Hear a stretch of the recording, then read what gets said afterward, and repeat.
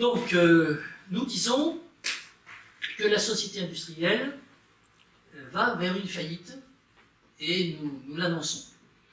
Alors, pour commencer, il faut d'abord déterminer les termes. Qu'est-ce que c'est qu'une faillite et qu'est-ce que c'est que la société industrielle? Alors, une faillite, c'est un nom commun, mais comme très souvent, les termes qu'on emploie tous les jours, on n'a pas forcément tous la même définition, ce qui fait que les débats peuvent être difficiles de ce fait. Une faillite, c'est une situation dans laquelle se trouve une organisation, une entité, lorsqu'elle est en face de déficits qui s'accumulent et qui, à force de s'accumuler, contraignent cette organisation à cesser son activité. Donc la faillite, c'est une succession de déficits. C'est l'aboutissement d'une succession de déficits. Alors on connaît, en termes d'entité, la première entité simple, c'est la personne physique. Alors la faillite d'une personne physique, ça existe, on appelle ça la faillite personnelle. Depuis 2003 d'ailleurs, c'est légiféré. C'est-à-dire que la faillite personnelle d'un individu, ben, c'est tout simplement quelqu'un qui dépense plus qu'il ne gagne, qui se trouve en situation, comme on dit, de surendettement, et qui peut décider de solliciter la situation de faillite personnelle. Une faillite personnelle, ça se solde comment? Ça se résout comment? Eh bien, tout simplement par un abandon des dettes des créanciers, abandon forcé. Une entreprise, c'est une entité un petit peu plus grande. Lorsqu'elle accumule les déficits, peut se trouver aussi en situation de faillite, on appelle ça dépôt de bilan. Et qu'est-ce qui se passe lorsqu'on dépose son bilan? Eh bien, là encore, c'est les créanciers qui ne sont pas payés et s'assoient sur leur dette. Donc c'est ainsi que se règle la faillite. Alors, dans le cas d'une société complexe, c'est-à-dire, on va prendre l'économie mondiale, les choses sont un petit peu plus compliquées. D'abord, on n'a encore pas assisté à une faillite de l'économie mondiale, on a assisté à des faillites de certaines civilisations, mais on n'a pas assisté à la faillite de l'économie mondiale. Qu'est-ce qui peut se passer si on suit la logique qu'on a vue pour une faillite personnelle ou pour une faillite de société à responsabilité limitée? Ben, c'est que qui va payer le déficit, qui va combler le déficit? Eh bien là, contrairement au cas d'une personne physique ou du cas d'une entreprise, ce n'est pas les créanciers, bon, ce sera forcément le citoyen.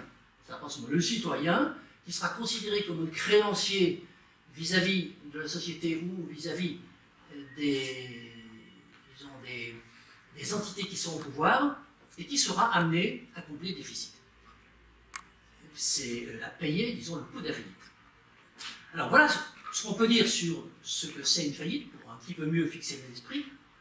Maintenant, qu'est-ce que c'est que la société industrielle? Là aussi, c'est un terme qu'on emploie facilement, mais qu'est-ce que c'est exactement la société industrielle? Alors, pour parler de la société industrielle, je pense qu'il faut d'abord la mettre en perspective sur l'échelle du temps. La société industrielle, elle a 170 ans. Bon, 170 ans ou 200 ans, selon qu'on la fasse démarrer en 1850 ou un petit peu plus tard. Il faut voir que l'Homo sapiens, c'est-à-dire l'Homo sapiens, c'est-à-dire l'homme qui ressemble à l'homme que nous sommes aujourd'hui, on ne parle pas du paranthrope, du pithécanthrope, de l'homme de Cro-Magnon, on parle de l'Homo sapiens, c'est-à-dire le moment où l'homme a eu à peu près la configuration physique et intellectuelle qu'il a aujourd'hui, ça il y a 300 000 ans.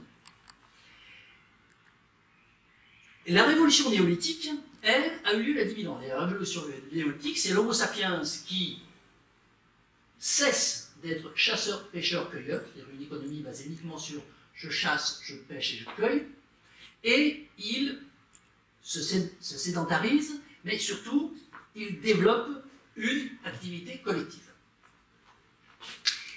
Ça, c'est il y a 10 000 ans.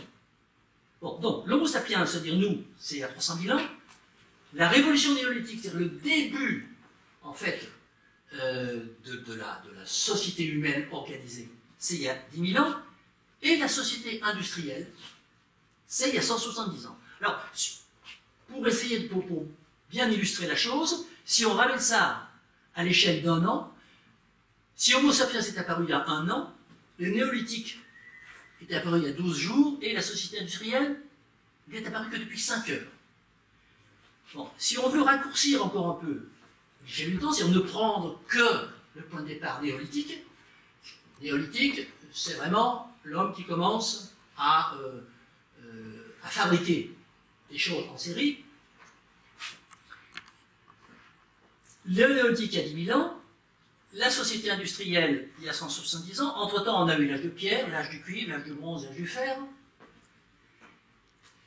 Ramené à 1 an, ça veut dire que si le néolithique, la révolution néolithique a eu lieu il y a 1 an, ouais, on a commencé l'agriculture, on a commencé l'artisanat, l'agriculture qui va devenir agriculture industrielle et l'artisanat qui va devenir industrie.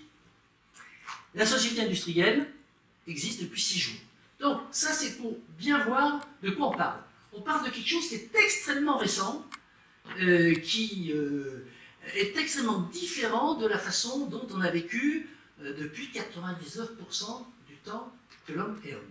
Enfin, c'est simplement parce qu'on entend très souvent des gens qui disent que la société industrielle c'est quelque chose de normal, c'est ça l'état normal, que ça a toujours existé. Non, c'est extrêmement récent. C'est comme un clignement de paupières sur l'échelle du temps.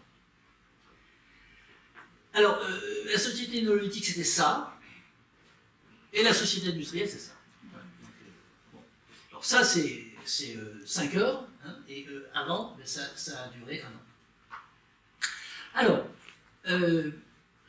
pendant cette période de 10 000 ans, depuis le néolithique jusqu'à maintenant, qu'est-ce qui s'est passé au niveau de la démographie mondiale? L'idée Barthès nous en parlera de façon plus détaillée, mais on a une courbe à peu près linéaire depuis moins de 10 000 ans jusqu'à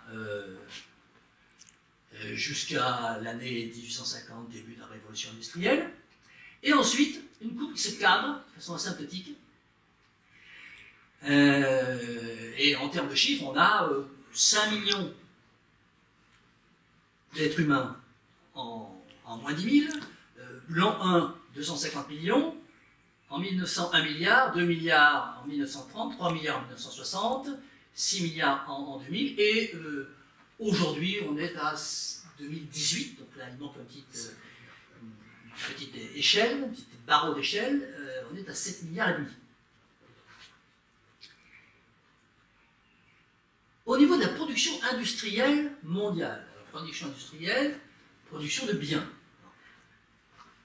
Si on regarde la mesure connue de tous, le PIB, le produit industriel brut, on s'aperçoit qu'on a exactement la même courbe, à peu de choses près. On a évidemment j'ai pris la même courbe, mais c'est pour, on n'est pas un chouïa près, hein, c'est pour les ordres de grandeur.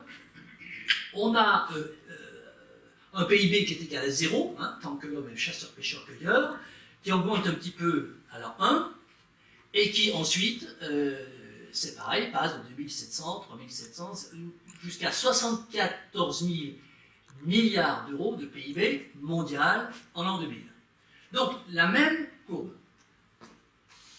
Alors, on est à partir de là, enclin à se demander sur quoi la société industrielle est fondée. Puisqu'on a une augmentation de la démographie et on a une augmentation de la production de biens. Eh bien, elle est fondée sur la consommation de ressources naturelles finies. Et là, surprise ou pas, on découvre exactement la même courbe si on chiffre la consommation de ressources naturelles finies. Depuis le néolithique, on s'aperçoit qu'on a 0, CRF consommation de ressources finies, 0 en moins 10 000, 0,01 à l'an 1, et on monte jusqu'à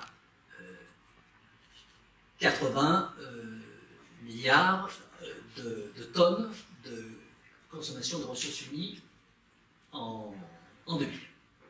Donc, on a une symétrie troublante entre l'augmentation des ressources, de la consommation de ressources naturelles finies, de la démographie et de la consommation du bien. De là à en déduire que c'est la consommation de ressources naturelles finies qui a permis l'augmentation de la démographie et l'augmentation du PIB, il n'y a naturellement qu'un pas.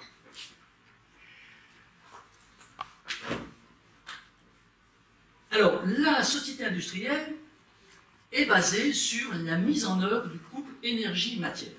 Bon, on parle toujours du problème énergétique. La société industrielle, c'est l'énergie, c'est la trilogie fossile, pétrole, charbon, gaz. Mais il ne faut pas oublier que si on avait de l'énergie et pas de minerais, on ne pourrait rien faire. De même d'ailleurs que si on avait des minerais et pas d'énergie, si on pourrait les travailler à la force du poignet, enfin, bon, on n'irait pas bien loin. Donc, il faut les deux. Il faut des ressources naturelles finies énergétiques et des ressources naturelles finies minérales. Bon, rappelons des dates importantes. 1709, première fontocoque expérimentale par Abraham Darby. 1860, au phono définitif, mise au point par Cooper. Alors, voilà, la ressource naturelle finie par excellence, celle qui dicte la loi à toutes les autres, c'est celle-là, c'est ce très vilain pétrole, que beaucoup de gens n'aiment pas, mais qui a permis la société industrielle. Là, le pétrole est un petit peu plus sympathique. Alors, on a le charbon aussi, le gaz, le fer, le cuivre, le zinc, qui permettent de faire tous ces objets qui sont devenus indispensables dans notre vie courante.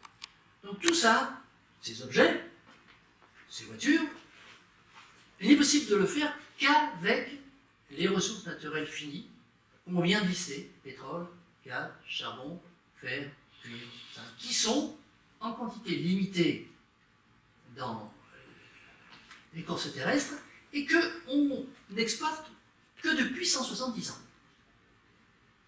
Pour l'instant, je ne fais qu'énoncer des évidences. Alors ça permet aussi de fabriquer des tracteurs et puis des hélicoptères pour traiter. Voilà.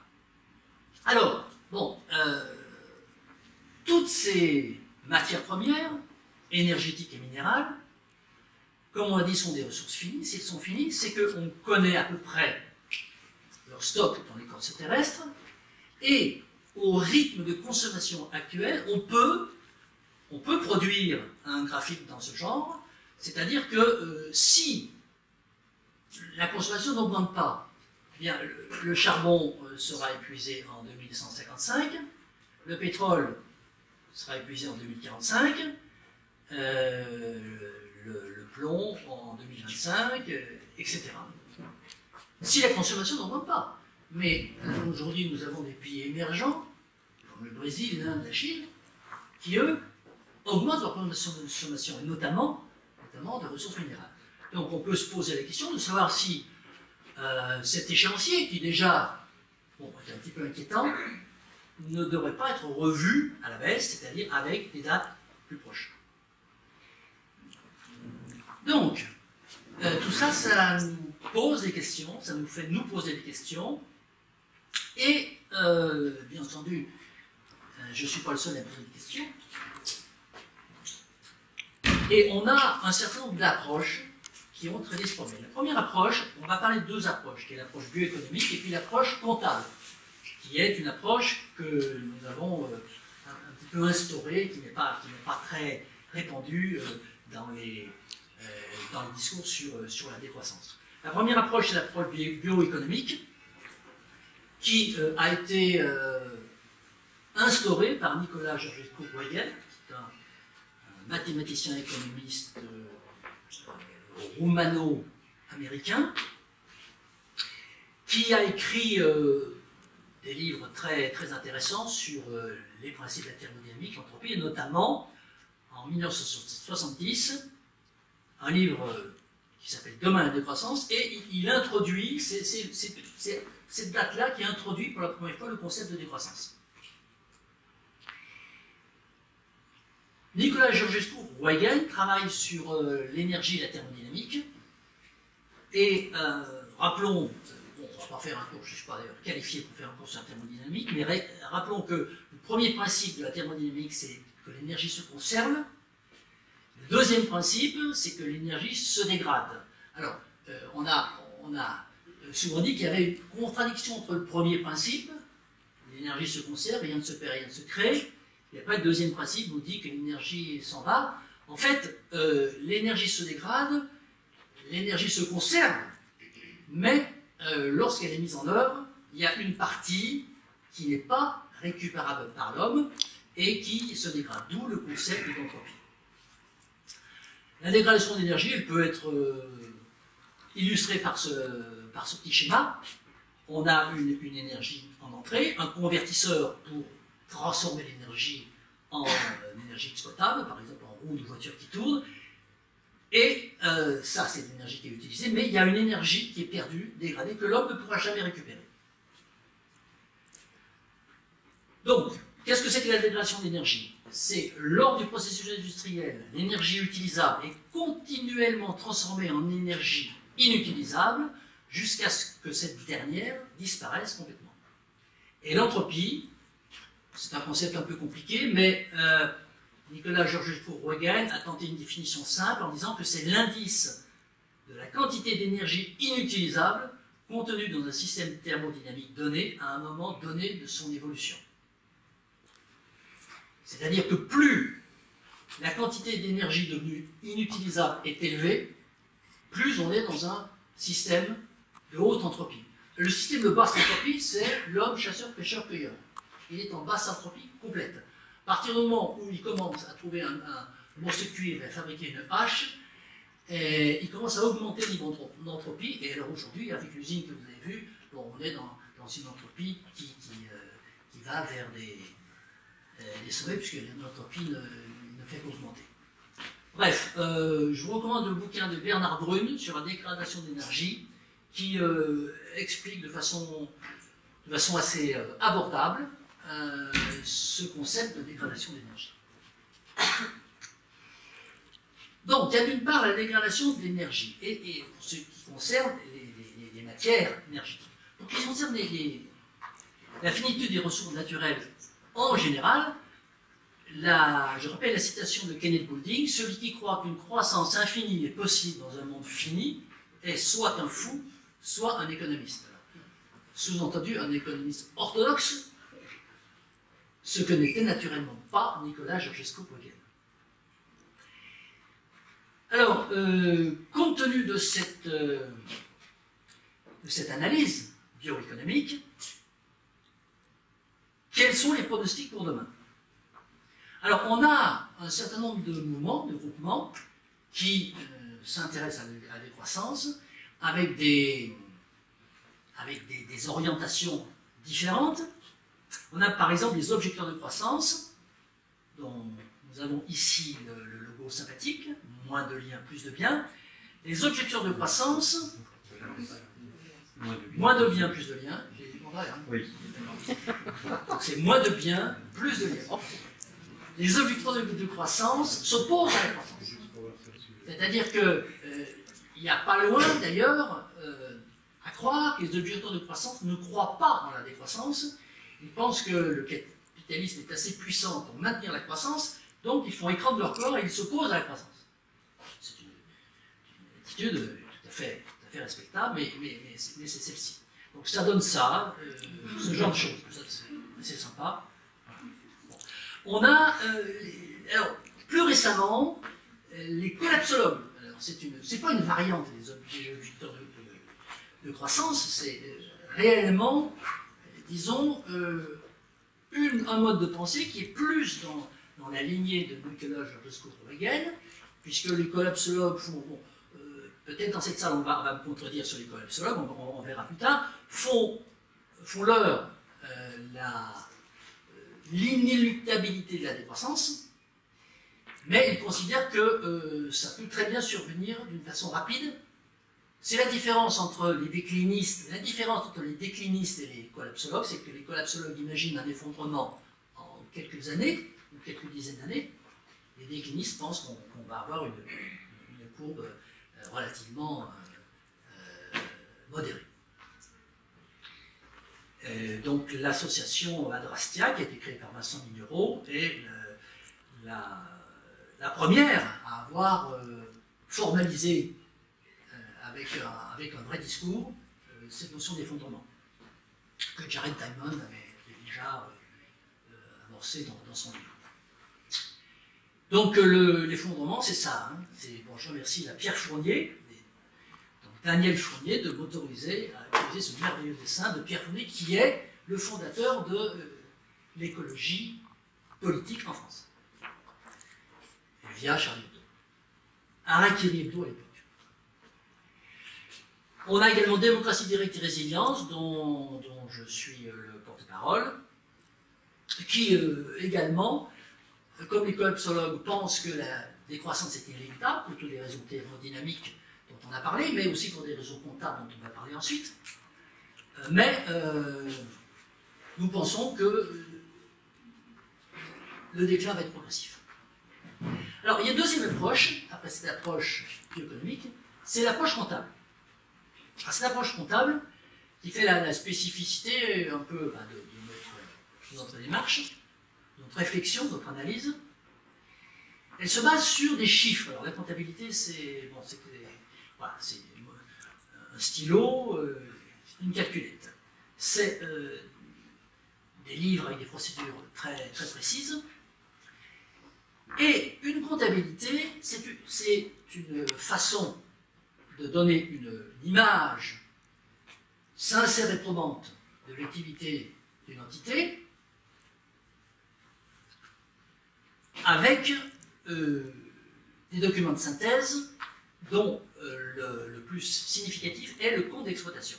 Un compte d'exploitation, c'est ce que fournissent, c'est ce que produisent tous les chefs d'entreprise, toutes les entreprises à la fin de l'année.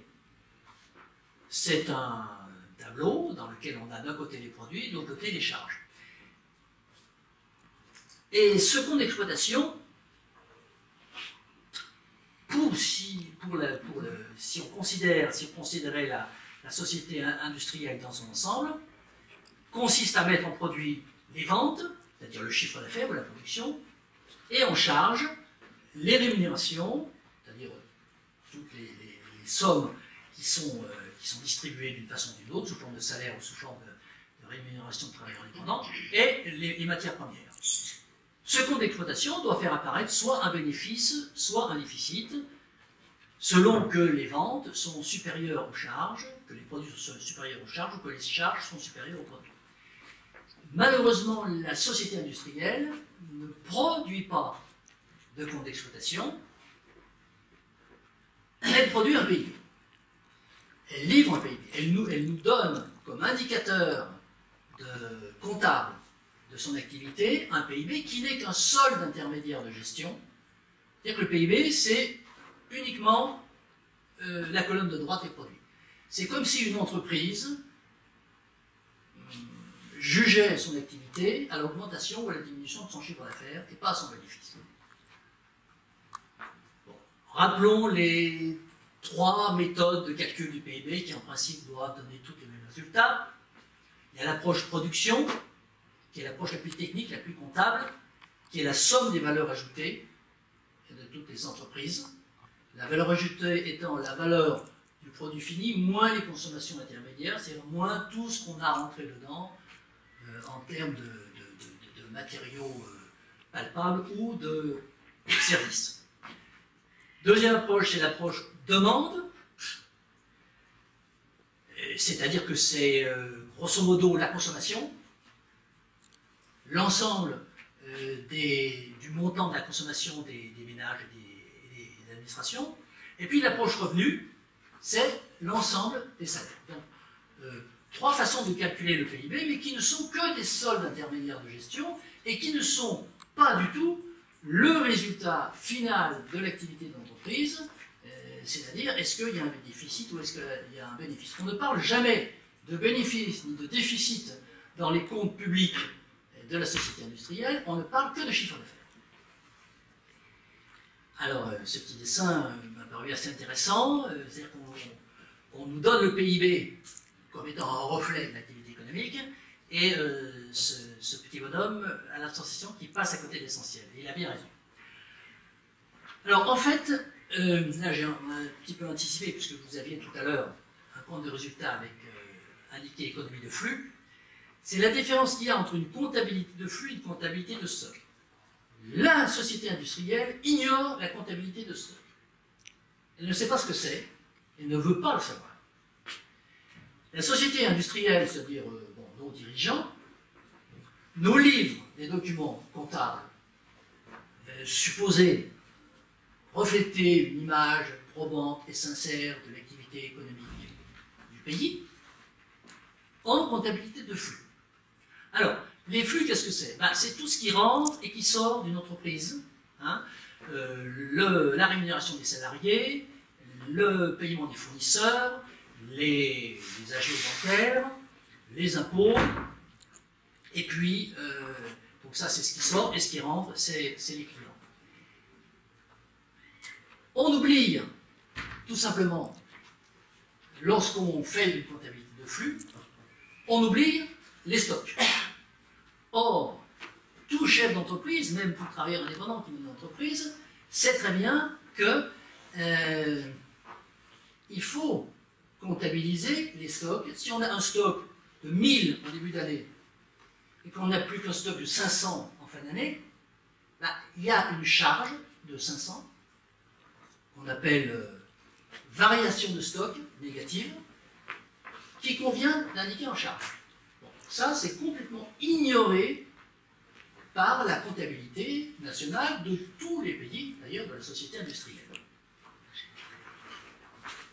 En économie de stock, nous avons produit les ventes au chiffre d'affaires de la production, oui, d'accord. En charge, nous avons bien les rémunérations des matières premières, DMC, c'est l'appellation anglo-saxonne Domestic Material Consumption. Mais nous n'avons pas les variations de stock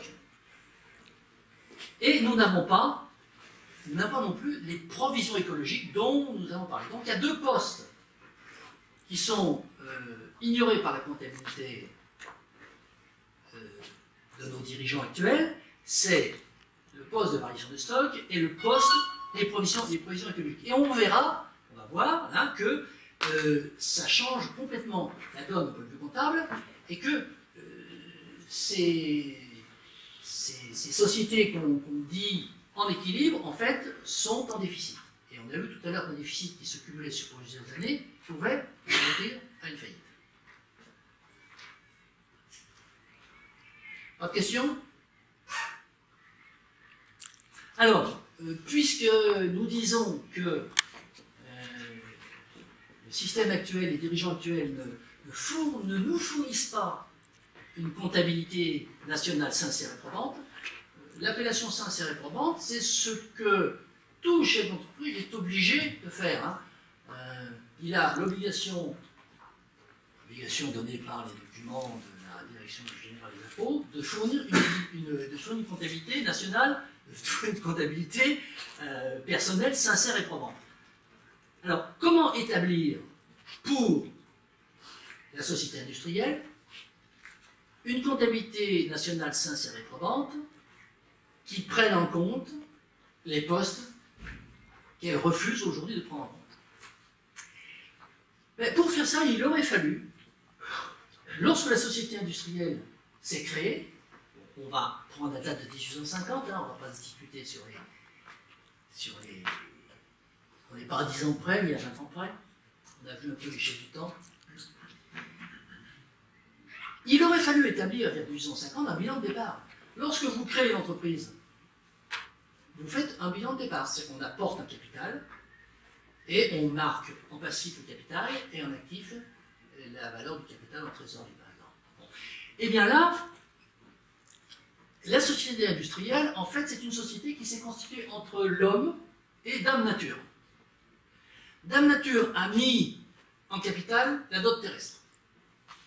Et si. Et en actif, on a la valeur de SI, la valeur du stock naturel fini. Chaque année, l'homme prélève, l'année N, il prélève Pn, l'année N1, il prélève Pn1, l'année N2, il prélève Pn2, etc.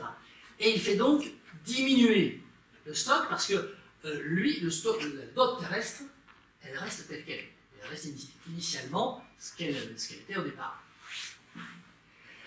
Donc, ça c'est le bilan, capital, immobilisation si on veut, en fait stock, c'est pas d'immobilisation, et le compte d'exploitation, ça donne chaque année une variation du stock, c'est-à-dire qu'il faut comptabiliser en charge les ressources naturelles qu'on a utilisées. Alors le problème c'est de chiffrer la valeur de cette ressource naturelle intrinsèque. Parce que vous allez me dire, mais les ressources naturelles, elles sont comptées. Elles sont comptées dans la comptabilité nationale, puisqu'on compte le prix du pétrole à 60 barils, le prix à 60 $ le baril, etc. Elles ne sont comptées qu'à leur coût d'extraction et au coût de transport. Elles ne sont pas comptées en tant que valeur intrinsèque. Il faudrait ajouter, c'est comme si ces matériaux avaient été gratuits. Bon. Alors qu'ils soient gratuits ou pas, ça c'est un débat, mais ce qu'il y a de sûr c'est qu'ils diminuent. Donc de toute façon la variation de stock elle y est. Et ça n'est pas en comptabilisant le coût d'extraction et le coût de transport du pétrole qu'on comptabilise le fait qu'on a un stock qui diminue. C'est deux choses différentes. Ce sont des frais, disons des frais annexes, mais le stock, lui, n'a jamais été considéré comme tel. C'est la différence, tout simplement, entre la comptabilité de flux et la comptabilité de stock. Donc, là, on s'est intéressé à faire un petit graphique qui nous donne la consommation de matière, de ressources naturelles finies, en anglais DMC, qui augmente bien entendu, et l'augmentation du PIB par période décennale. De 1920, 100, c'est 10 fois 10 ans. Hein. Voilà. Donc c'est la somme sur chaque colonne, c'est la somme sur 10 ans. L'idée, ça a été de dire que ce n'est qu'une approche, hein, c'est une approche pour voir un peu ce que ça peut donner si on essayait de prendre en compte la valeur intrinsèque de la ressource naturelle. L'idée, ça a été de dire que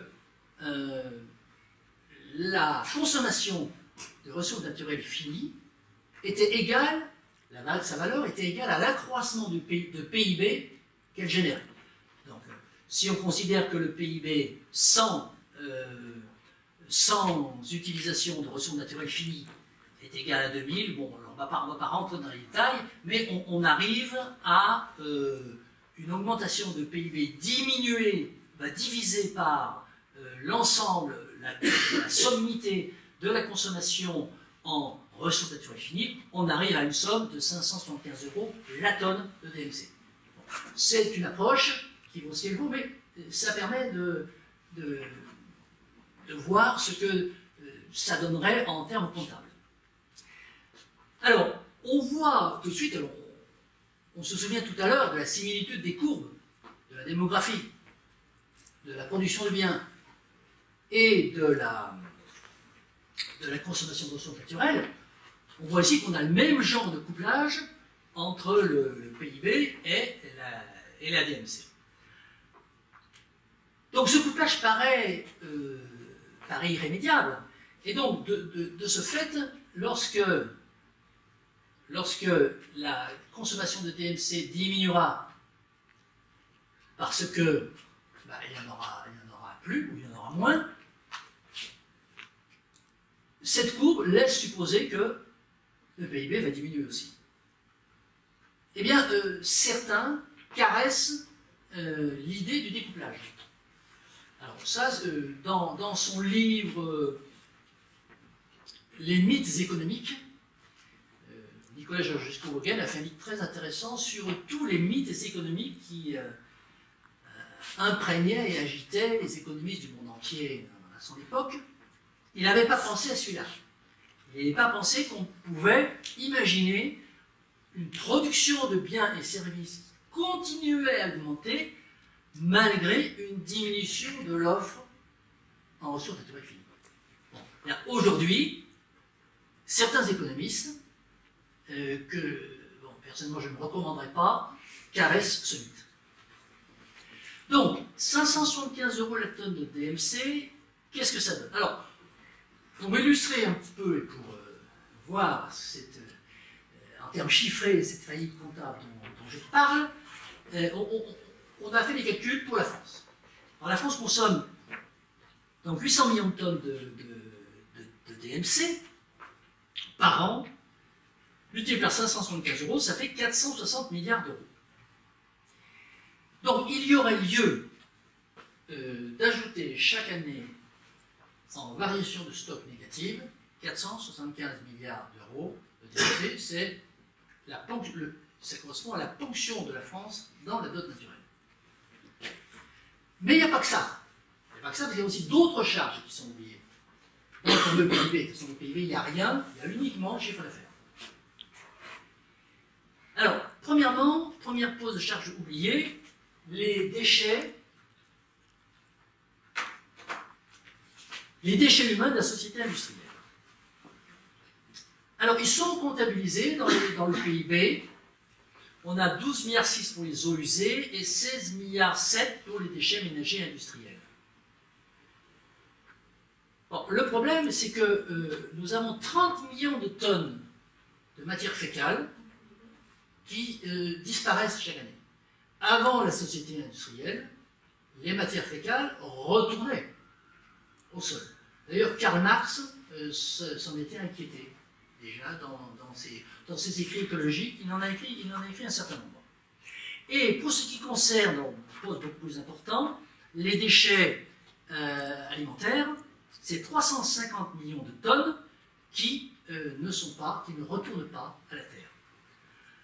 Alors, 380 millions de tonnes, il y a 350 plus 30 de matière organique perdue, parce qu'on a un fonctionnement de société industrielle, parce que nos déjections partent dans les égouts, et parce que nos déchets alimentaires disparaissent. Ça fait 16 milliards d'euros, bon, au prix moyen de la matière organique au cours du jour, ça fait 16 milliards d'euros qui sont perdus. Donc il y a lieu de mettre une provision de 16 milliards d'euros. En perte exceptionnelle sur ressources renouvelables. C'est de la ressource renouvelable et c'est une perte. Deuxième poste oublié, en plus de la variation de stock, c'est les externalités négatives générées par l'agriculture industrielle. Alors les externalités négatives, c'est un terme un peu scientifique, un peu savant, pour dire, enfin, tous les dégâts, tous les poisons générés par cette pratique. Donc voilà ce que ça donne au niveau des sols. Alors voilà ce que ça donne au niveau des traitements sur les végétaux. Voilà, on s'en lasse pas. Ça c'est l'arboriculture, c'est les pêches et les pommes. Bon, il y en a un peu beaucoup, mais enfin, on aime beaucoup. Puis alors, ça, c'est les produits de traitement de Monsieur Monsanto. Et puis là, on a un champ de serre. Un champ de serre en Espagne. Ou aux États-Unis, je ne sais plus. Ben voilà, c'est donc l'industrialisation de l'agriculture, l'industrialisation des terres. Bon. Tout ça, ça crée des externalités négatives, c'est que ça détruit l'humus. Voilà, un petit graphique, une petite image sur la structure du sol, l'humus, qui comporte en son sein un certain nombre de micro-organismes et de petites bêtes très très utiles, que naturellement les engrais chimiques, les pesticides, les fongicides, les herbicides et autres produits sanitaires détruisent. Voilà ce que c'est qu'un bon humus. Et le résultat de cette pratique industrielle, c'est qu'il faut toujours plus d'engrais, toujours plus de traitements pour obtenir le même rendement, et qu'on a donc, de façon objective, une perte de fertilité des sols qu'il faudra bien un jour régénérer. Donc il faudrait d'ores et déjà, dans les comptabilités de la société industrielle, inscrire en poste de charge des provisions pour régénération des sols cultivables, afin qu'ils redeviennent des sols habités par toutes les petites bêtes qui sont nécessaires à une bonne fertilité. Alors nous avons ici Claude et Lydia Bourguignon, qui sont en France les gens les plus pointus pour ce qui concerne l'analyse de sol, qui font des analyses de sol, et on peut estimer la régénération d'un sol détruit au niveau de sa composante humique par les pratiques et les produits de l'agriculture industrielle. On peut estimer à 5 ans le temps nécessaire à la régénération d'un hectare de sol arable. Ça veut dire que pendant 5 ans, on n'a pas de récolte, donc on a 1000 € de latence sur 5 ans, 5000 €, et puis on va dire 3000 € de travaux biomécaniques, sous-solage, casser les couches de terre qui ont été compactées par les engins et par l'excédent de grêle, etc. Bon. Donc ça nous donne environ 8000 € par hectare de coûts de régénération qu'il va falloir entreprendre assez rapidement, puisque bientôt les terres arrivent à leur limite de fertilité. Pour la France, sur 30 millions d'hectares, ça fait 240 milliards d'euros en coût total de reconversion que nous allons lisser sur 10 ans en mettant en dotation aux provisions annuelles 24 milliards d'euros. Vient ensuite l'industrie nucléaire. L'industrie nucléaire, c'est ça. Et il y a deux choses concernant l'industrie nucléaire, c'est les accidents, tout ce qui est lié à la potentialité, la putativité des accidents, et puis tout ce qui est lié à la maintenance, et en fait au démantèlement des centrales. Alors pour ce qui concerne les accidents nucléaires, il y aurait lieu de mettre une provision pour accident nucléaire, puisque un accident nucléaire c'est ça donne ça. Bon, enfin, on l'arrose, donc on finit par éteindre. Et puis, au final, on a ce genre de choses. Alors, l'Institut de radioprotection de sûreté nucléaire, ça, c'est pas des antinucléaires, hein, c'est des gens qui défendent le nucléaire, donc on ne peut pas les soupçonner d'être minimisés. L'IRSN estime dans un rapport de novembre 2012 à 500 milliards le coût d'un accident nucléaire en France. Bon, alors, on va prendre ce chiffre 500 milliards, et puis on va le laisser sur 10 ans, on va mettre une provision de 50 milliards par an pour accident putatif. Ce que font provision pour risque, dont c'est un poste comptable qui a son numéro dans le plan comptable, que toutes les entreprises savent qu'il faut faire, mais pas la comptabilité nationale de la société industrielle. Concernant maintenant la maintenance et le démantèlement, alors donc là maintenant c'est ça. Il ne faudrait pas que ça soit ça. Ça non plus. Et puis ça non plus. Donc ça consiste à rentrer dans une centrale en fin de vie, de regarder, et puis de s'y mettre. Voilà. Et puis on fait imploser. Voilà. Alors, les estimations, puis on sort les réacteurs. Alors, donc les estimations, c'est 15 milliards d'euros pour des gens genre l'IRSN, et puis les antinucléaires vont dire 150 milliards d'euros. On va faire une moyenne, on va prendre 70 milliards d'euros. Ce qui compte, c'est les ordres de grandeur. On va lisser ça à raison de 7 milliards d'euros de dotation aux provisions pour démantèlement, parce que les 15 milliards d'euros annoncés par l'IRSN ne sont pas comptabilisés dans la compta nationale d'un PIB, pas du tout. Le PIB, de toute façon, ne comptabilise que le chiffre d'affaires. Bon, ça donne quoi? Ça donne variation de stock des ressources naturelles finies, ce qu'on a vu. En fait, la diminution du stock, 460 milliards, perte exceptionnelle sur ressources organiques renouvelables, les déchets alimentaires et autres, 16 milliards d'euros, Provision pour régénération de la composante naturelle des sols arables. Ce qu'il faut faire lorsqu'un sol a subi 30 ans d'engrais, herbicides, fongicides, pesticides, etc., et tassement par les gros engins qui deviennent de plus en plus lourds, 24 milliards d'euros. Provision lissée sur 10 ans. Provision pour risque nucléaire, 50 milliards d'euros. Je ne fais que répéter, récapituler tout ce qui vient d'être vu. Bon, total, dans les 560 milliards d'euros qu'il y aurait lieu d'ajouter en charge dans les comptes, les comptes que nous livrent les dirigeants politiques.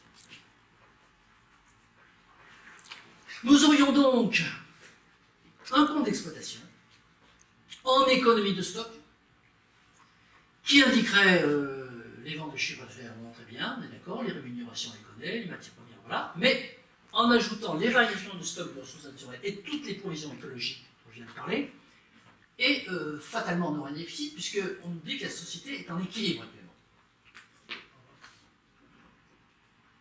Ce déficit, on constaterait en 2017, on l'aurait constaté en 2016, en 2015, et comme dans toutes les entreprises, on met en report à nouveau le déficit, et donc le déficit cumulé s'ajoute jusqu'à au moment où il est trop gros, et comme dans toute entreprise, trop de déficit amène au dépôt de bilan. Il serait donc pertinent, enfin, nous pensons, de mettre sur le marché un nouvel indicateur qui serait le PIB net. C'est-à-dire le PIB actuel, moins les charges cachées. Parce que ça illustrerait bien la réalité comptable du fonctionnement de notre société. Alors, PIB net en France, on est toujours sur l'exemple français. Il est de 1550 milliards d'euros, on enlève 560, non, il est de 2100 euros, on enlève 560, on aurait donc un PIB qui tout d'un coup descendrait à 1550 milliards d'euros, ce qui générerait immédiatement une décroissance de 25%. Enfin, bon, ça, c'est une façon de voir. Donc,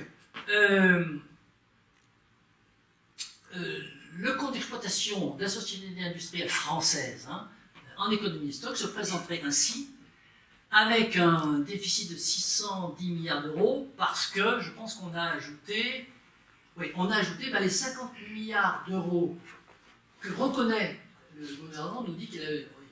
Le seul déficit qui est reconnu aujourd'hui, c'est le déficit de la fameuse dette, le déficit du budget d'État. Le budget d'État est en déficit d'environ 50 milliards d'euros, ça c'est un déficit qui est livré comme ça à notre connaissance. Nous, on y ajoute 560 milliards pour les variations de stock et les provisions sur les charges cachées, ce qui nous donne, pour la France, un déficit de 610 milliards d'euros réels, si on veut vraiment compter les choses à leur vraie valeur, par an. Alors, si on estime que ça dure depuis 40 ans, parce qu'on va dire que pendant les 30 glorieuses, la société industrielle s'est à peu près équilibrée, parce qu'il y avait une telle marge sur l'acquisition, le coût d'acquisition. Bon, c'est dit à la louche, c'est l'idée. Sur le coût d'acquisition des matières énergétiques et des matières naturelles, le pétrole, dans les champs de Gawar en Arabie Saoudite, on plante un tuyau et puis ça coûte 2 $. Le taux de retour énergétique est très haut. Aujourd'hui, en offshore profond, c'est combien? 50 $, quelque chose comme ça. Bien. Bref, ça fait un déficit cumulé de 24 400 milliards d'euros depuis 40 ans. Pour voir un peu ce que ça correspond en termes de comparaison des chiffres qu'on connaît, ça fait un tiers du PIB mondial. Bon, alors la première question, c'est comment combler ce déficit? Oui? Je suis désolé, j'ai pas bien compris. C'est quoi le déficit, puisque vous avez fait le PIB net et il était positif? Du coup, est-ce que vous pouvez réexpliquer Ah oui, alors, le PIB, c'est un solde intermédiaire de gestion. PIB, c'est le chiffre d'affaires. Il ne prétend pas d'ailleurs être autre chose, mais la propagande mainstream fait en sorte qu'on nous fait confondre PIB et puis résultat de compte d'exploitation. Donc le PIB, c'est le chiffre d'affaires. Hein. Quand vous avez une entreprise, vous faites tant de chiffre d'affaires, vous dites c'est formidable, vous faites 10 000 euros, l'année d'après vous faites 15 000, vous dites c'est formidable, j'ai gagné 5 000 euros de plus. Non, non, vous avez fait 5. Pour voir si les charges n'ont pas augmenté plus vite. Bon. Ce qui vous a trompé, effectivement, c'est lorsque je dis voilà, qu'on diminue le PIB, c'est un PIB arrangé à notre sauce. C'est un PIB dans lequel on fait entrer des charges. Et c'est pour que le public comprenne mieux. Bon, voilà. Mais il est quand même positif. Non, mais il est encore heureux. Un chiffre d'affaires, encore heureux, c'est forcément positif. Ah, ça reste un chiffre d'affaires. Mais le PIB, ce sont des produits, c'est pas de négatif. Il était égal à 0 avant le néolithique, lorsque on était chasseurs-pêcheurs-cueilleurs, il n'y avait pas de production de biens, ni de production de services. PIB, 0. Jusqu'à l'an 1, bon, on a commencé à produire un petit peu, on a taillé dans les carrières du Grand Pressigny, là, on a commencé à tailler des couteaux, des ustensiles, on a commencé à on a fait un peu de PIB. Voilà. C'était vraiment minime. C'est bon? Voilà, comment. Alors, question, c'est. Bon, si effectivement il y a un déficit, comment est-ce qu'on va le combler? Comment est-ce qu'on peut le combler? Parce que si on ne comble pas, on va vers la faillite. Alors, pour combler un déficit, il n'y a pas 36 manières de combler un déficit. La seule manière, disons, comptablement acceptable, c'est de générer des excédents de gestion, année après année, qui petit à petit vont combler le déficit. Bon, j'ai un déficit de 100 cumulé sur un certain nombre d'années. Cette année, je fais un excédent de gestion de 10, donc mon rapport en euros diminue, je n'ai plus que 90. L'année d'après, je fais un excédent de gestion de 10, je le retire encore de mon déficit, j'ai plus qu'un déficit de 80, etc. Donc, la seule façon de combler un déficit, c'est de faire des excédents de gestion, c'est-à-dire que la production d'une société industrielle doit devenir bénéficiaire au point de combler le déficit. La deuxième façon de combler un déficit, qui n'en est pas une d'ailleurs, c'est un masquage, c'est de faire un apport financier. C'est-à-dire que une société qui accumule des déficits, elle peut continuer, il y a plein de sociétés qui continuent en déficit, mais il y a un moment où elle a un problème de trésorerie. Donc si on apporte de la trésorerie, on va effectivement masquer le déficit. Sauf si c'est un apport en capital. Si on fait un apport en capital, c'est qu'on a des donateurs qui viennent et qui mettent de l'argent sans contrepartie, des dons, bon, là on va combler le déficit. Alors, c'est ce qui s'est passé en 1850 quand on a pris d'autorité la dot naturelle à Dame Nature. Bon, aujourd'hui, il faudrait que Dame Nature nous sorte de son écorce terrestre une nouvelle dot terrestre, ou que des extraterrestres viennent nous livrer des hydrocarbures, du cuivre, du sel. Bon, à ce moment-là, oui, à ce moment-là, on aurait de nouveau un apport en capital et le déficit serait annulé. Bon. La solution qui a été choisie, c'est le masquage par l'apport financier. Alors, un apport financier, comme la société a un déficit accumulé, et elle a un problème de trésorerie, lorsqu'il y a un apport financier, le problème de trésorerie disparaît, donc la société peut continuer à fonctionner. Le problème, c'est que si cet apport financier n'est pas un don, que c'est un prêt, il faut rembourser. Donc ça n'est qu'un masquage. Alors, c'est l'issue, c'est la solution qu'a choisie la société industrielle. Elle a choisi de masquer le déficit par un apport financier. Alors voilà, par un apport financier avec ça. Alors évidemment, vu le déficit chaque année, ça part dans un trou. Bon, ça fait une pluie de billets. Et on peut se demander, mais cet apport financier, d'où est-ce qu'il vient? Là, il vient des banques. Ah, c'est les banques qui donnent de l'argent à la société industrielle. Bon, je fais des mots simples. donne de l'argent à la société industrielle pour masquer son déficit. Le problème, c'est que les banques d'aujourd'hui, c'est plus les banques de l'année 1800, c'est-à-dire où le banquier avait 1000 francs en or, et donc il gardait ces 1000 francs en or dans son coffre, et puis il faisait des billets où il marquait 1000 francs dessus et on pouvait les échanger. Aujourd'hui, les banques créent de l'argent à partir de rien. Voilà. C'est ce qu'on appelle la création ex nihilo. Donc c'est illimité. Donc peuvent créer autant de monnaie qu'elles le veulent. Lorsque vous empruntez 20 000 euros à une banque, elle n'a pas le premier euro, elle n'a pas, elle écrit simplement dans ses comptes, c'est une écriture en partie double, elle écrit dans ses comptes, c'est une création par le clavier informatique, c'est-à-dire je marque dans la banque chez vous que vous me devez 10 000 euros, et je marque dans la banque chez moi, que vous avez 10 000 euros, et je marque dans la banque chez moi que vous me devez 10 000 euros. Voilà, donc on crée de l'argent à partir de rien.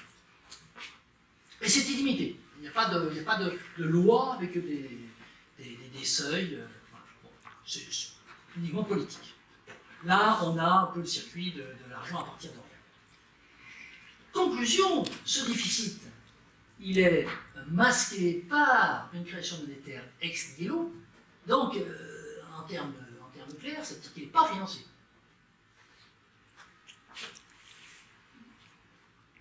Il est financé par la dette.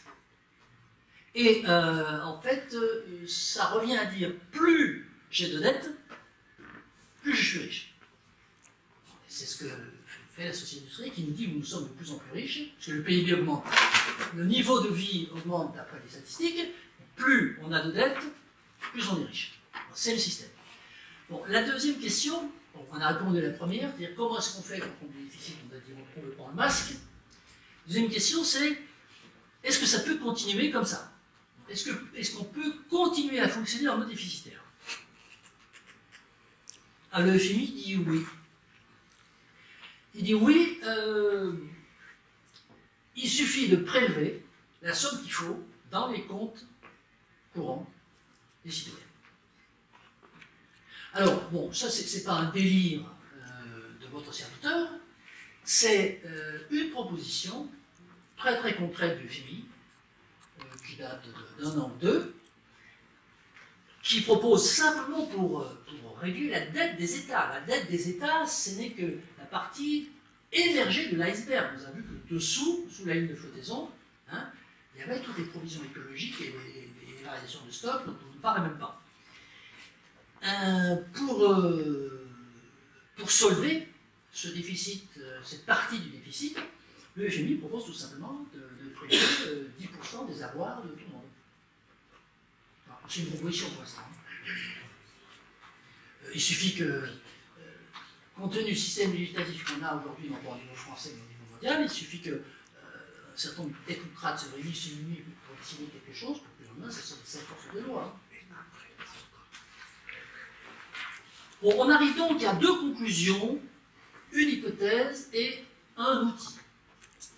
Les deux conclusions, c'est que la croissance est une altération de la trajectoire bioéconomique normale humaine. Ah oui, si on regarde depuis, on a vu depuis le néolithique, on a vu aussi depuis Homo sapiens, on a une société complètement durable, viable, complètement viable, et aujourd'hui, depuis un clignement de paupières, on a une société qui manifestement, en tout cas si on prend en compte un peu cette analyse, est complètement déficitaire, c'est-à-dire qu'on est dans un système qui n'est pas viable comptablement, un système qui fait des déficits et qui le masque. Et donc, c'est la croissance qui est une altération de la trajectoire économique. Deuxièmement, la croissance est un phénomène éphémère, oui, éphémère, on l'a vu, hein, et sans avenir parce qu'il n'y a pas d'avenir bioéconomique. On a vu avec les premières, deuxième note, et pas d'avenir comptable, parce qu'on a vu qu'on a un déficit cumulé énorme.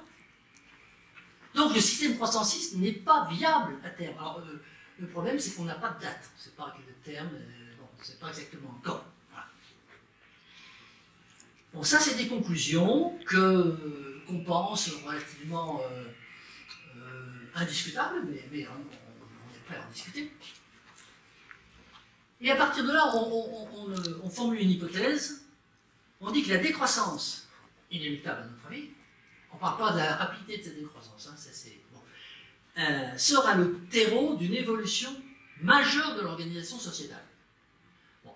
On a vu que lorsque l'homme a quitté l'état stationnaire, hein, c'est-à-dire l'état stationnaire qu'il y avait depuis 1000 ans, il y a eu une modification sociétale formidable. C'est-à-dire que le système d'organisation sociétale, on va dire le système politique, ça ne parlera plus, qui s'est adossé à la croissance, était largement, radicalement différent du système politique qui a vécu pendant 10 000 ans. Bon, donc on pense que la décroissance sera le terreau d'une évolution, on ne dit pas laquelle, hein, d'une évolution majeure de l'organisation sociétale. Ça va forcément changer. Et nous pensons à un outil qui est la résilience. La résilience étant la capacité d'une organisation à retrouver ses propriétés initiales après une altération. L'altération pour nous, c'est la croissance. Donc l'enjeu, c'est de retrouver nos propriétés initiales après l'épisode éphémère et altérant de la croissance. Alors comment faire?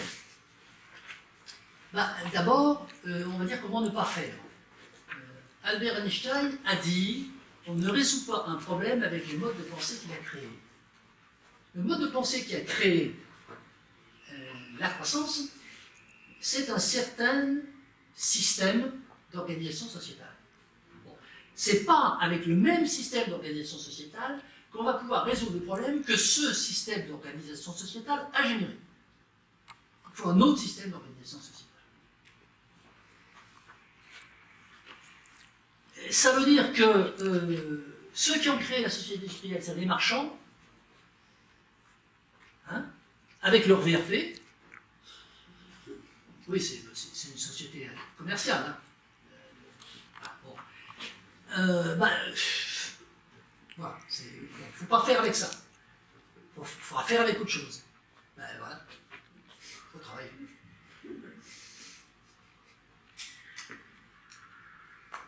C'est fini? Oui, c'est fini.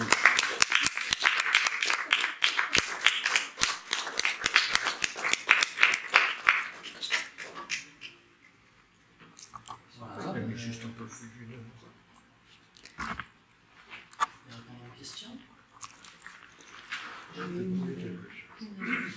Tu as parlé des banques qui prêtaient de l'argent aux États. C'est de l'argent qu'elles n'avaient pas. Créer une monnaie à l'infini sans l'avoir réellement. Mais par contre, la contrepartie, on reçoit les intérêts de cette argent. D'accord? Le métier de banquier n'est pas un métier de philanthrope. Ah oui, je n'ai pas dit ça. Non, mais... Loin de là. Mais je dis simplement que les dés sont pipés. Parce que plus elles créent de monnaie virtuelle, plus elles touchent l'intérêt. Donc elles ont intérêt en réalité à créer à l'infini de la monnaie. Ah mais on est effectivement dans un système gagnant-gagnant. Pas pour toi ou pour moi, mais pour ceux qui sont qui sont aux manettes du système. C'est gagnant-gagnant. C'est ce qu'on appelle l'oligocratie. Oui, enfin, l'oligocratie, c'est une minorité de gens qui détiennent le pouvoir à la place de la grande majorité. Et avec ce pouvoir, et dans cette oligocratie, effectivement, il y a... les banquiers. Oui, il y a des financiers, il y a la grande entreprise, la grande finance, mais c'est pareil, les financiers, les chefs d'entreprise, voilà. Tout ça, c'est politique. D'accord. Alors, comme je disais tout à l'heure, l'accompagnement de la croissance, moi je dirais là, ceux qui ont créé la croissance, c'est ceux qui ont pris le pouvoir, pas en France, par exemple, c'est ceux qui ont pris le pouvoir en 1789. En 1789, il y avait depuis 10 000 ans, je vais schématiser, hein, on était dans un état stationnaire. D'ailleurs, il y avait une législation qui empêchait le progrès. Enfin, qui empêchait le progrès. On va voir, il va s'enchaîner, qu'est-ce que c'est que le progrès. Qui empêchait tout ce qu'on a vu par la suite, qui empêchait le développement de la création de terres, qui empêchait aussi l'activité. On avait des lois qui interdisait à un artisan d'avoir plus d'un salarié, etc. Donc, on est dans un système où on ne voulait pas le développement. Là-dessus, les marchands du Moyen-Âge, ça a commencé avec les foires. Hein, on commençait à voir qu'on pouvait faire autre chose que du circuit court, qu'on pouvait aller chercher avec des bateaux des biens en Asie ou autre. Bon, ça a créé une nouvelle profession, la profession des marchands, qui rapidement s'est trouvée à l'étroit dans le corpus législatif imposé par la féodalité et puis ensuite la monarchie absolue. Et c'est eux qui ont, alors c'est pas eux qui ont fait la Révolution française, c'est le peuple, parce qu'il avait faim, ils ont mis de la faim, mais bon, eux ont récupéré la dynamique et ont pris le pouvoir. Ils ont pris le pouvoir, ils ont installé un nouveau corpus législatif, une nouvelle façon d'ailleurs de faire des lois qui étaient faites par la démocratie, et des lois qui avaient pour objectif, non pas la défense des libertés individuelles ou autres, mais qui avaient pour objectif de permettre aux entreprises de se développer, de permettre aux marchands, de permettre à la finance de trouver des systèmes toujours plus illimités pour générer de l'argent. Voilà. Et c'est eux qui ont créé la croissance parce que derrière, il y avait le profit. Cette notion de profit qui est une notion... Alors, bon, je ne suis pas là un défenseur de la féodalité ou de la monarchie absolue, mais c'était pas une notion qui servait de moteur à l'organisation sociétale. Aujourd'hui, le seul moteur, il n'y en a pas un, deux, le seul moteur, c'est le profit. C'est toute action, toute intervention d'une politique humaine, c'est qu'il y a le profit derrière. Bon. Et ça, c'est eux qui ont... donc c'est un système gagnant-gagnant. Et c'est un système qui a créé son propre corpus législatif pour pouvoir fonctionner. Certains disent que c'est la répartition des profits qui est... Ah oui, mais ça c'est autre chose, ça, la répartition des profits. Ils ne sont pas tellement répartis, les profits. Si on regarde l'ensemble des profits, c'est l'arrêt des 80-20 qui est en fait l'arrêt des 95-5. Sur l'histoire de croissance, à partir du XVIe siècle, et ça c'est parti très vite au XVIIIe siècle, les quantités de richesses qu'on s'est appropriées à partir des Amériques, et après l'Asie, et après l'Afrique, c'était incommensurable à l'époque. Et les gens qui travaillaient sur les théories un peu économistes comme Adam Smith et autres, ils ne pouvaient pas imaginer un seul instant qu'un jour on en arriverait à bout. Et même Marx, un siècle plus tard, il a fait la même erreur. Dans tous les schémas économistes, on ne compte pas les ressources naturelles. Les deux variables, ce sont l'investissement et la main-d'œuvre. Mais enfin, de l'époque de Karl Marx, ça se discute. De l'époque d'Adam Smith, c'est normal. Parce que personne à l'époque pensait qu'un jour on en arriverait à bout. Il y en avait tellement. Et ça vient de là, la croissance. Parce que tous les systèmes après, ils ont découlé, puis il n'y a qu'à taper dedans. Et c'est l'histoire du flux par rapport au stock. On ne se posait pas la question de la finitude. Non. Ah non. Marx ne l'avait pas posé. Et Marx non plus, un siècle après, il ne se l'est pas posé. Hein. Et puis maintenant, c'est même pas qu'on ne veut pas se la poser, maintenant on fait... Voilà, surtout... Voilà. Oui. Vous avez parlé de l'an 1 tout à l'heure, en disant qu'il y avait un décollage. Mais quand on regarde à moins 3000, les marchands qui ne faisaient que déplacer de la matière étaient déjà une aspiration à quelque chose qui était une amorce de ce qui s'est passé après. Les routes de la soie, etc., qui sont des choses très anciennes. Alors la question que je me pose, c'est quand je me souviens de Ravage de Barjavel et de la fin, où le patriarche tue celui qui ramène une certaine modernité. Et la question que je me pose, c'est quand on voit les courbes et le fait que rien, ou très peu de choses s'est passé pendant une infinité de temps, qu'est-ce qu'il y a dans l'ADN, le code génétique de l'humain, pour vouloir toujours chercher, entre guillemets, à faire quelque chose. À un moment, on pourrait considérer que l'humanité a été stable. Et puis, à un moment, elle a commencé à décoller. Et ça, avant la gestion de l'énergie, qui a été ce moteur, cet accélérateur faramineux. Si demain, on arrivait dans une utopie à une forme de stabilité, sommes-nous capables de ne pas vouloir progresser dans la gestion de notre quotidien, de notre santé, de notre bien-être, etc., etc. Dans les scories qui vont avec cette modernité, on a la gestion de la santé, qui est quand même un phénomène absolument extraordinaire. La malbouffe nous a amené autant de problèmes, dont heureusement qu'on a la santé qui nous permet de résister à cette malbouffe et compagnie. Mais qu'est-ce qu'il y a chez l'humain qui fait qu'à un moment, dans un système stable, il est probable qu'on rentre dans un processus qui nous amènera à, imaginons que pour différentes raisons, 90% de l'humanité disparaissent dans le mois qui suit, et qu'il reste un noyau. Est-ce que ce noyau est condamné à, dans quelques milliers d'années, à revivre ses courbes ou pas? Qu'est-ce qu'on a dans notre ADN qui nous permettrait de ne plus faire vibrer cette corde? C'est une question intéressante et... Merci. Oui. Sur laquelle je vais me jeter pour répondre.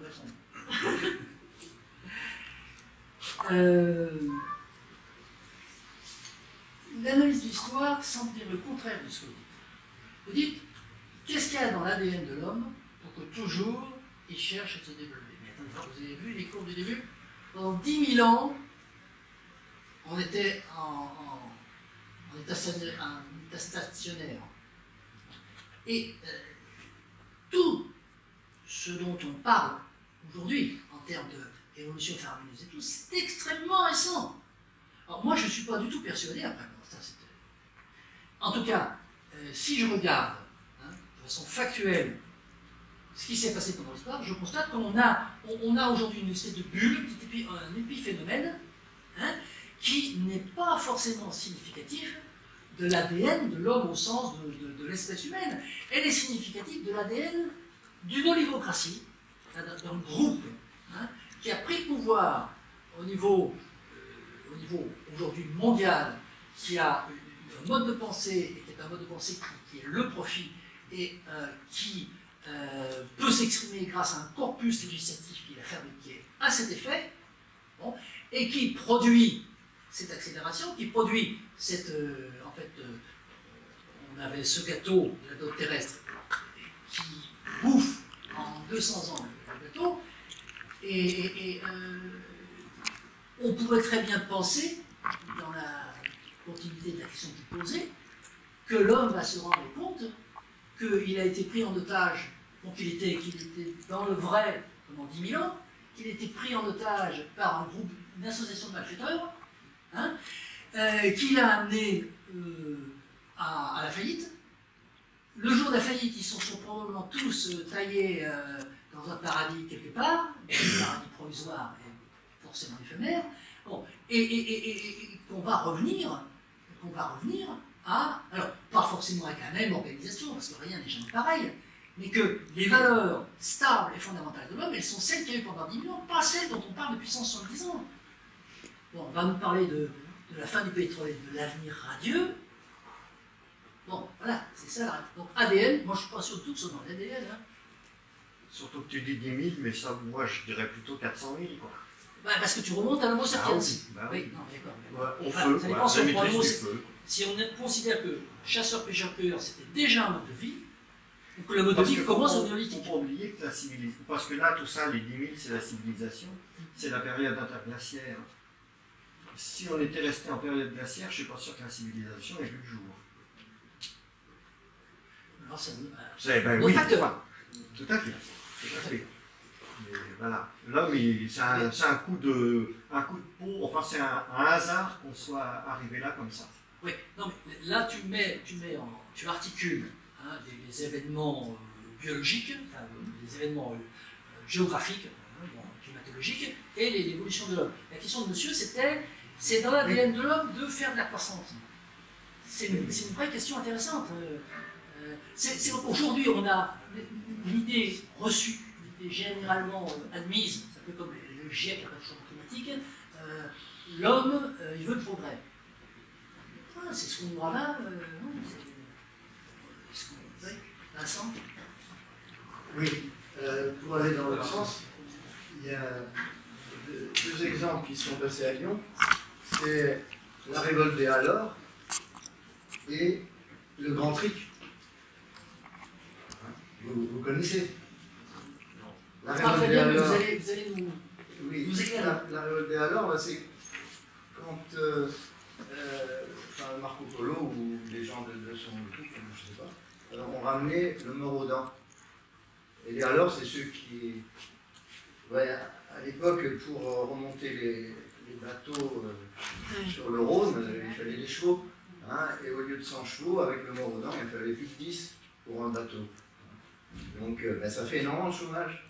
Et là, bon, c'était au Moyen-Âge, je ne sais plus la date exacte, mais il y avait une révolte énorme à Lyon à ce moment-là, mais évidemment qui n'était pas écrite parce qu'il n'y avait pas d'imprimerie, mais qui se sait oralement, quoi, hein, ça se dit quand même. Hein, ça s'est passé à Lyon, parce que c'était le nœud, la navigation. Et la deuxième chose, c'était en 1535, je crois, quelques années près, c'est le Grand Tric des imprimeurs, où là, il y a eu déjà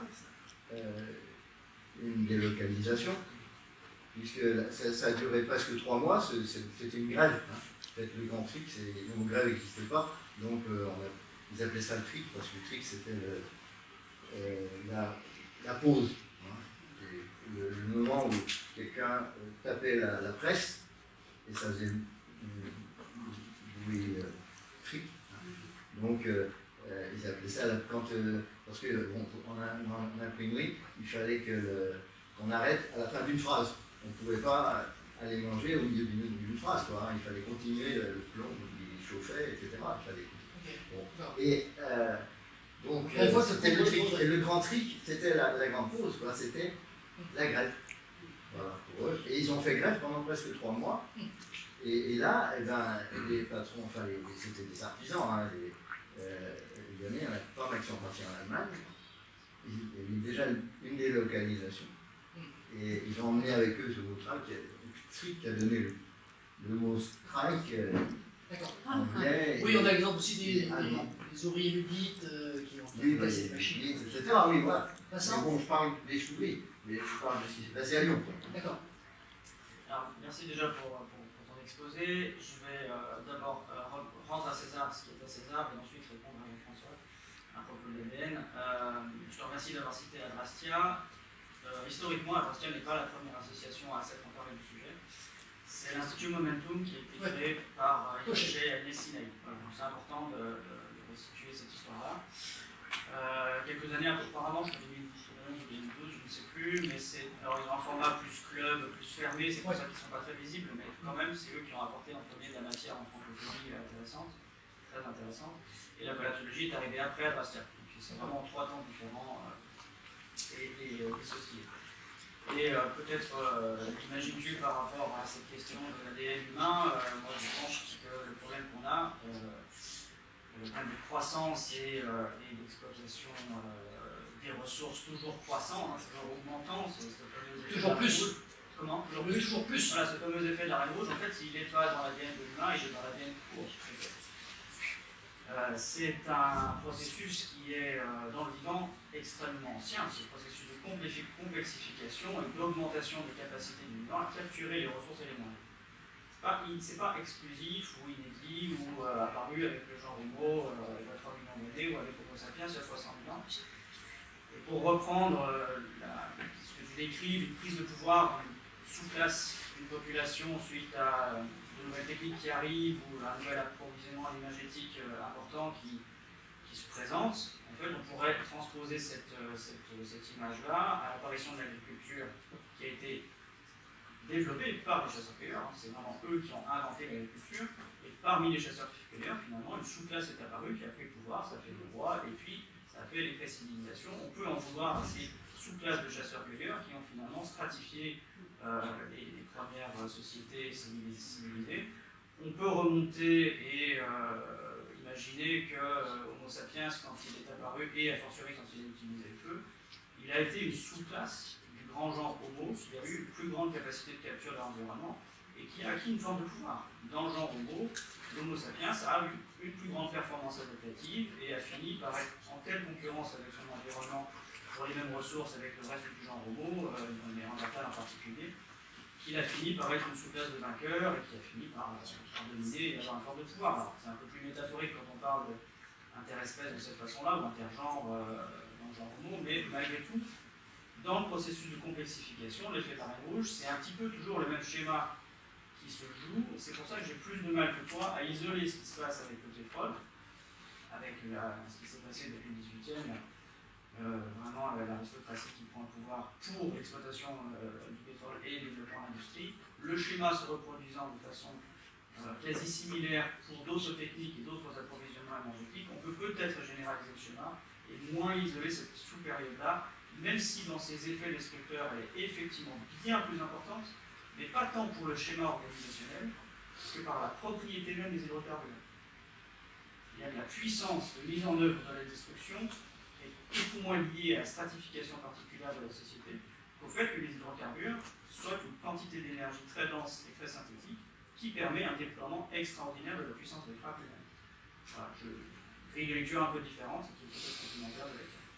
Non, c'est pas différent. Enfin, je suis d'accord à 100%. Hein. Après, il y a une zone d'incertitude par rapport à cet ADN. Les petites sous-classes que tu décris, voilà, elles n'ont pas beaucoup d'effets parce qu'elles ne sont pas le pétrole, elles n'ont pas cette molécule extraordinaire. Bon. Mais le fait que, quelle que soit l'époque, on a toujours une sous-classe qui cherche à faire plus, bon, il faut confronter ça d'abord à l'histoire, de façon très claire, bien voir tout ce qui s'est passé. Bon, c'est un vrai débat qu'on ne peut pas résumer comme ça en quelques mots, mais c'est vrai que c'est un vrai sujet d'approfondissement. Je ne vais pas faire dans le simpliste, mais la vie est un combat actif ou passif, et l'histoire de la vie est un combat, et nous sommes, en tant qu'humains, inscrits dans ce développement de la vie. Quand on regarde depuis l'existence de la planète comment la vie est apparue, c'est en permanence un combat.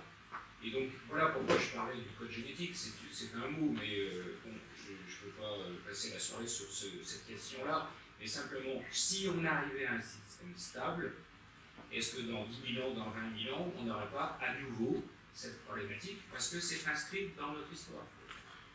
Voilà, mais je ferme la parole aussi. Après qu'ils aient des ressources à bouffer.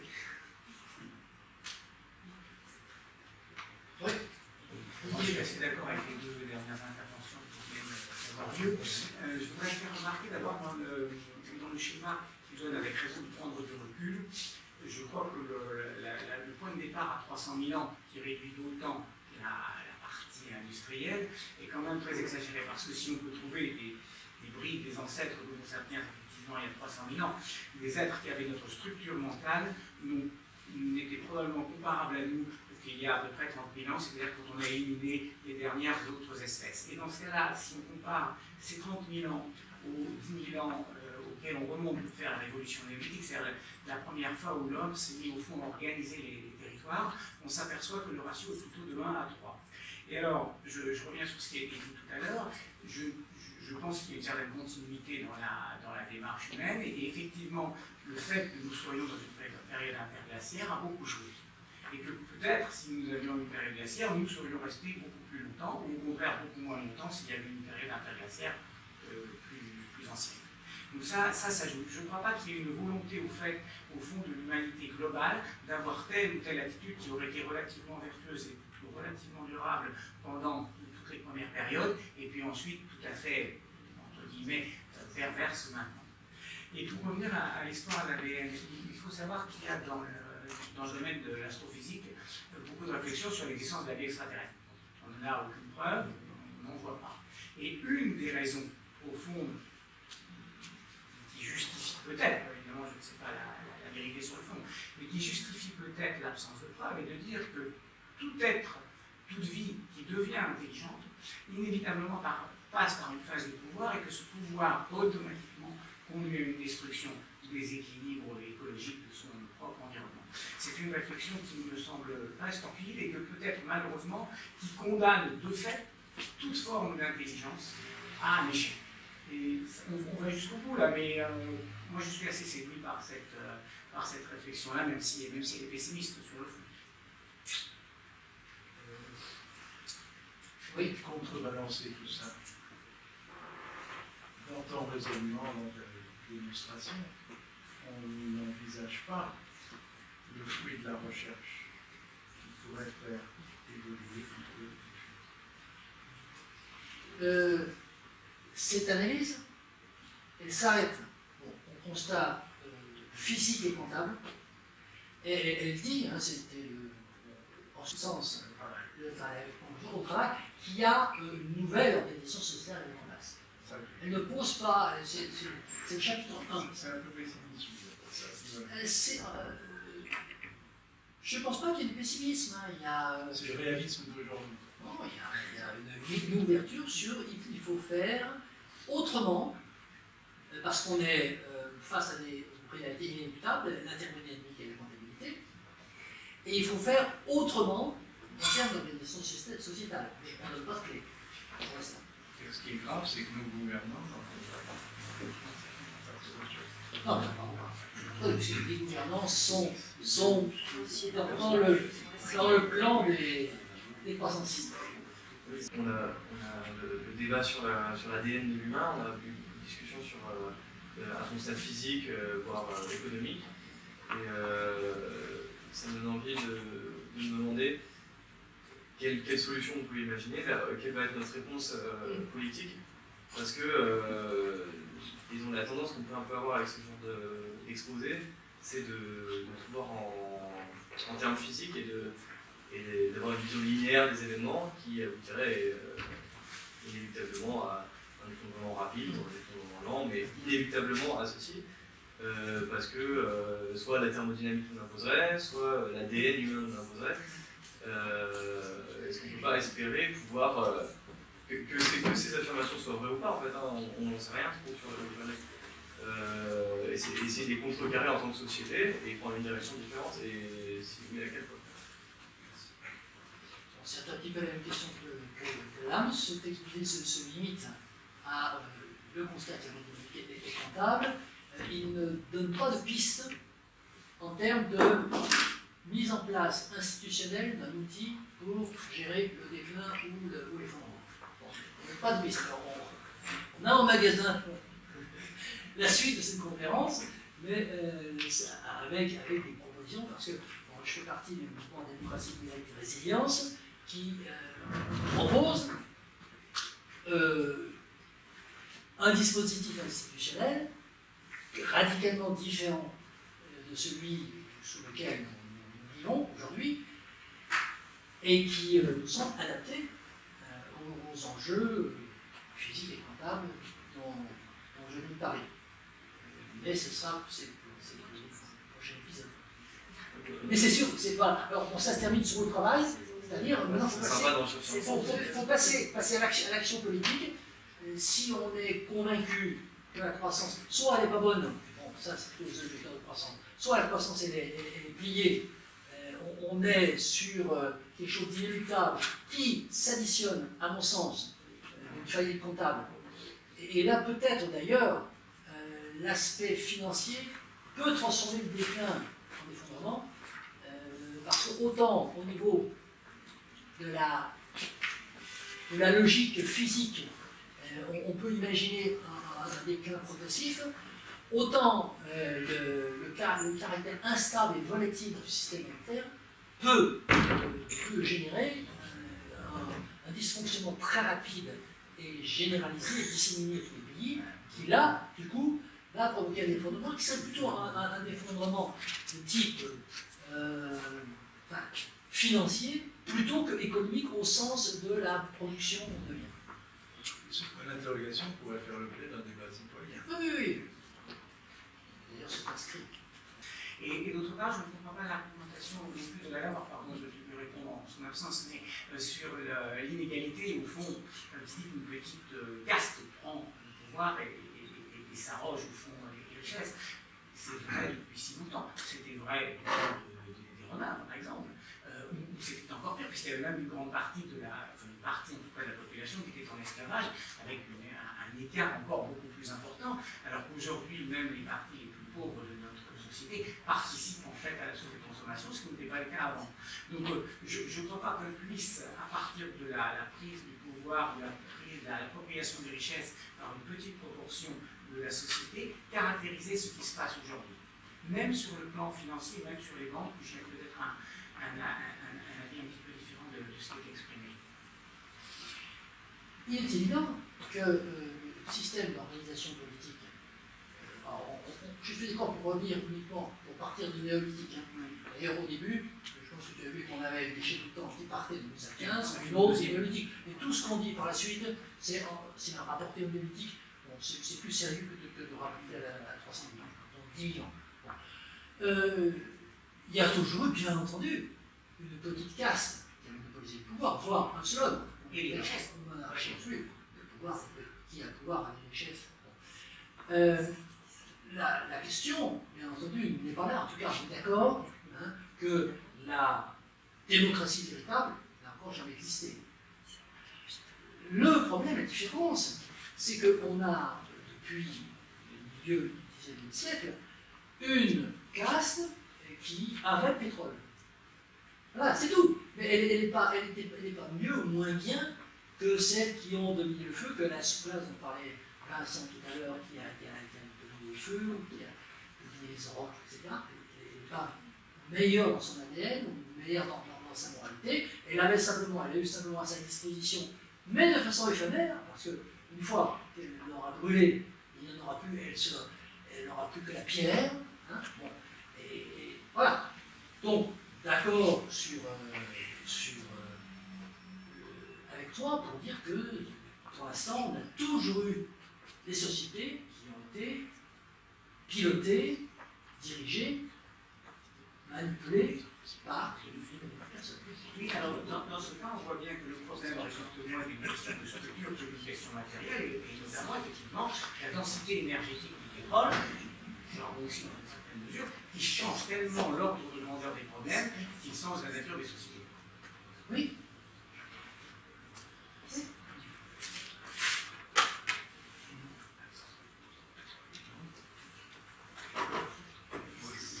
Oui. Simplement un commentaire plutôt qu'une question. J'ai entendu monsieur parler, vous avez dit, vous avez parlé par d'intelligence. Nous sommes là aujourd'hui parce que nos ancêtres, à un moment donné, ont donné un coup de hache sur la tête à leurs voisins. Et alors, je suis contre l'aspect génétique, mais quelque part, on porte en nous le fait qu'on a réussi à subsister parce qu'on a agressé, parce qu'on a vaincu une adversité. On est toujours, on est un petit peu en compensation. En guise de conclusion, puisqu'on arrive au terme du délai en partie, c'est un débat entre l'intelligence et l'adaptabilité. L'homme est intelligent. Quelle est sa première, quelle est sa qualité première? Est-ce que c'est l'intelligence ou l'adaptabilité? Moi, je pense que c'est l'adaptabilité. L'intelligence de l'homme, d'un point de vue spirituel, elle n'est pas prouvée. D'un point de vue technologique, elle est prouvée. C'est manifestement l'animal le plus habile pour fabriquer des outils. Bon.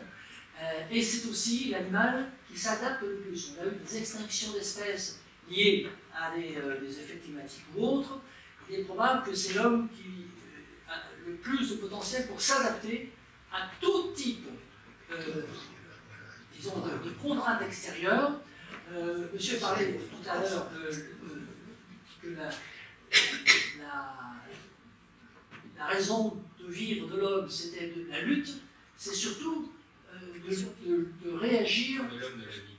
Oui, de l'homme de la vie. C'est surtout de réagir aux contraintes que lui impose la nature. Donc cette lutte, c'est souvent une défense plus qu'une création pour aller de l'avant.